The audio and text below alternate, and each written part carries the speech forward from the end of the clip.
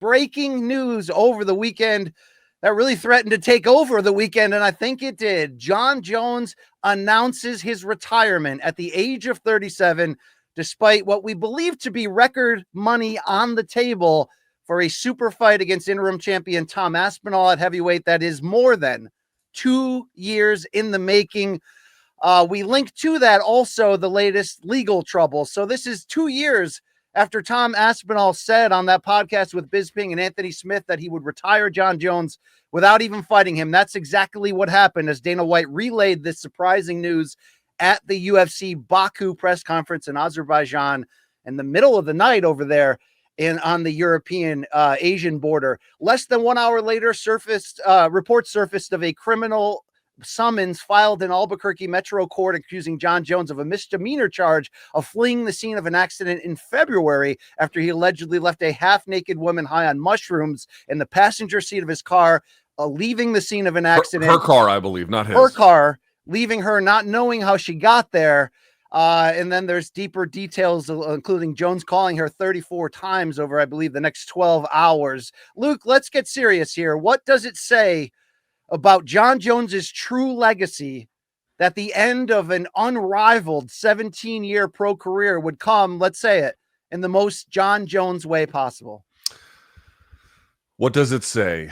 Boy, that is a big question. You know what's kind of funny, BC? I found out about this news while I was doing my UFC Baku post-fight show. And I was not anticipating it at all. Shouts to everyone who tuned in. Thank you very much.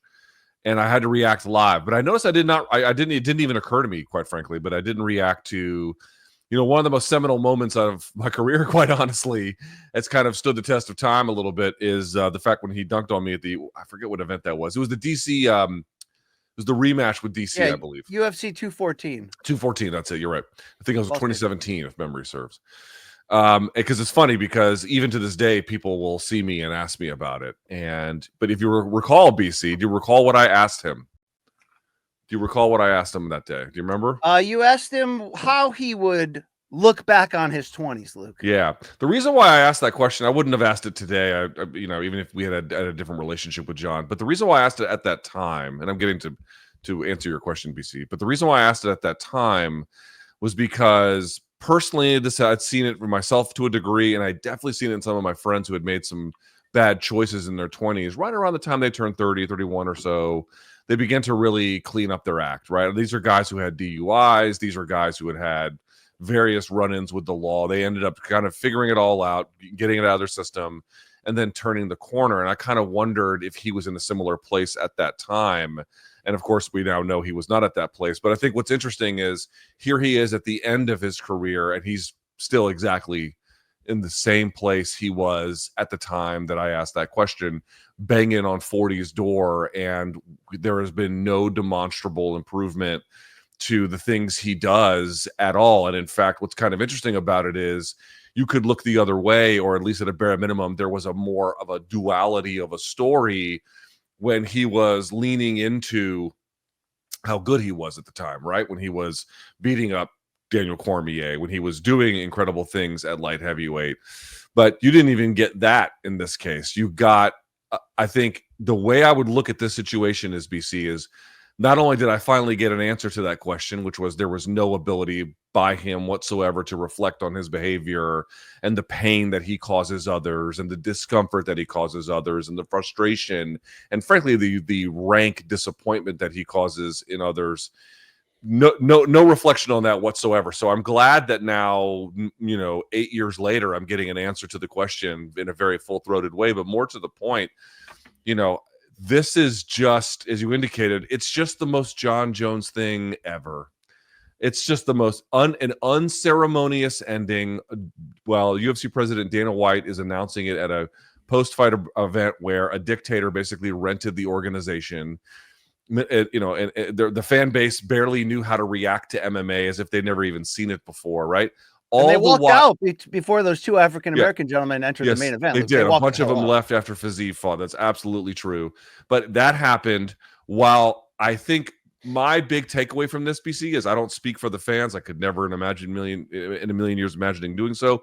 But if I'm reading the tea leaves, it seems like this event, yes, it frustrated them, but it kind of demoralized them to a degree. I mean, that's how lasting this damage was, while hurting Tom Aspinall's career.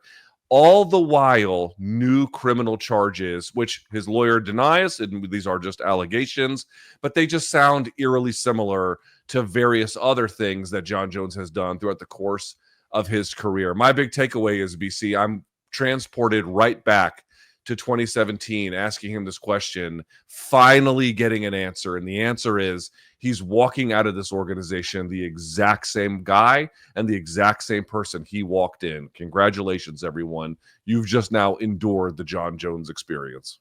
Well, wow. Wow, that's well said and also accurate.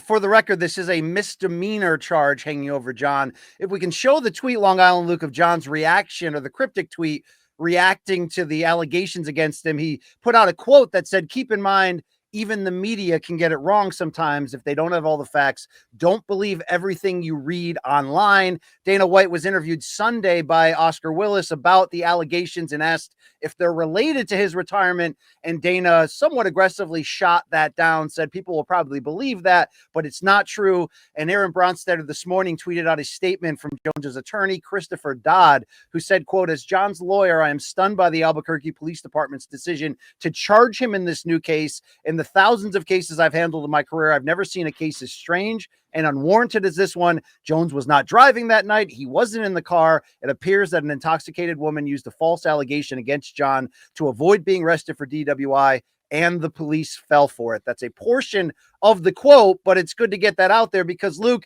there are so many layers to this story that it's insane. Yes, the fact that there is something, criminal or a legal issue attached to this is the most Jon Jones thing ever. And this is such a big topic that we're going to have two topics today to kick off the show. So let's pause for a second on the heavyweight division and all this meant, for that and where Aspinall goes next.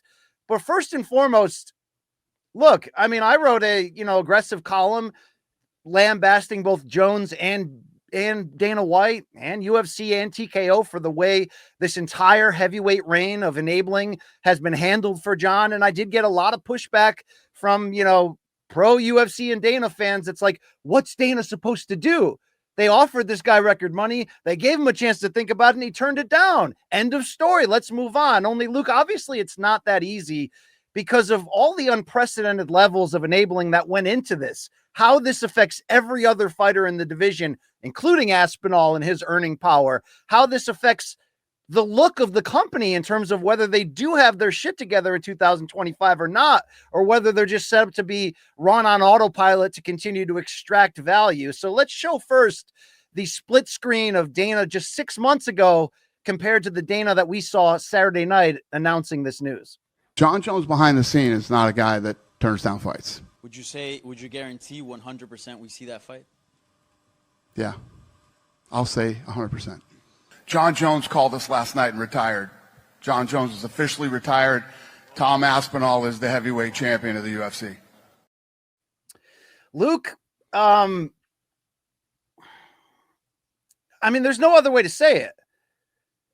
Because this has gone on for over 2 years. Jon won the heavyweight championship right after Francis Ngannou left the company in early 2023 against Cyril Gane in March. He gets injured shortly after. He's out for 20 months. Tom Aspinall wins the interim title in that spot in November of 23 that was supposed to be Jones versus Stipe. The UFC then unconsciously not only doesn't strip Jon, they don't force Stipe to fight Tom Aspinall. You know the story. We wait another additional year for Jones versus Stipe, 3 years removed from fighting, 41 years old.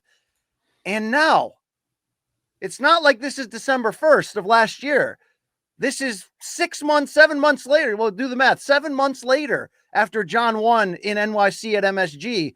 And now he's done. Luke, when you look at this, this is an embarrassing debacle in my eyes in which everyone deserves a good bit of blame. How would you push back, if you will, on anyone that says this is the greatest fighter of all time? It's his choice whether he wants to continue going. He said no. Shut up, guys. I mean, these are people who don't think much about the world, right? These are not people who are critical thinkers. These are not people who have much to say that's interesting at all. The people who would make an argument like this probably will go along with what any powerful person tells them about anything, because they're just vessels of repeating those things. They're not people who can come up with their own original ideas to a large degree. That's the first thing I'd say. The second thing I'd say is, yeah, you're right. He can retire. I don't care that he retired. I mean, we've been over this a million times. And again, it's not one or the other. People being like, well, the UFC has a role to play here. Fine. I'm absolutely not in any way discounting that. But the reality is, if you want to listen, there are bigger issues at play. These contracts that these guys sign are long. Jon Jones is better suited for fighting the KSIs of the world now than he is the Tom Aspinalls, to be honest with you. I mean, KSI is a little bit of an exaggeration, but if he had the freedom to go and fight like whatever he wanted to do, and it wasn't necessarily other top fighters, but he was contractually open, I don't think I'd have an issue with that. I mean, I wouldn't be necessarily the top consumer of it, but that's different. But he's been the champion. But of course, BC, that it does go back to a little bit some of these broader considerations.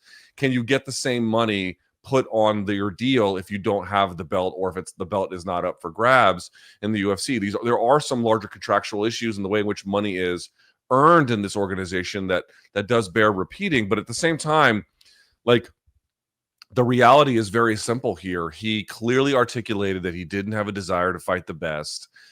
He hung on to the belt, and more to the point, we had to go through the kabuki theater of his title defense against Stipe Miocic, meaning anything at all. It meant nothing in the end.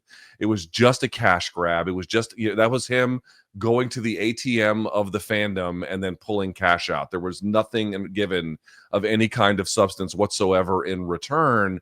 And I'm supposed to honor this as like some kind of grand achievement or give back to the fans. Show of fucking hands. Who enjoyed the heavyweight chapter of this guy's career? Because I saw the light heavyweight chapter. That was highly enjoyable. In fact, BC, if I may say something, this is kind of like the really unfortunate reality of it all.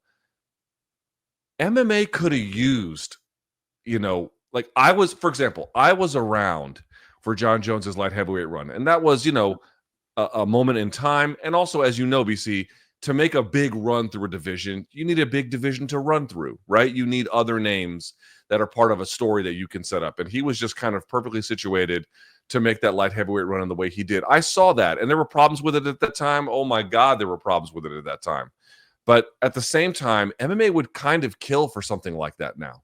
MMA would be really benefited by something like that now. Not all the other issues, but some young, on fire, rising contender / young champion just getting out there and doing something, or more to the point, just somebody leaning into their own greatness in that particular way, daring to be great even late in their career. He doesn't have to, but A, he wore the belt. B, man, MMA could have really used something much more substantive at this point in time. And 3, we had to go through this song and dance over irrelevant matchups that he kind of tried to tell us were something meaningful. He is complicit in all of that as well. Yeah. It was a gigantic waste of time. So my response would be, you can't even listen to people like this, because while they may have more numbers than us and they may have the loud shouting about it, they're just lemmings. They're NPCs. They have no real ability to think on their own. And anybody who does can realize, at a bare minimum, BC, the picture is a little bit more complex than that.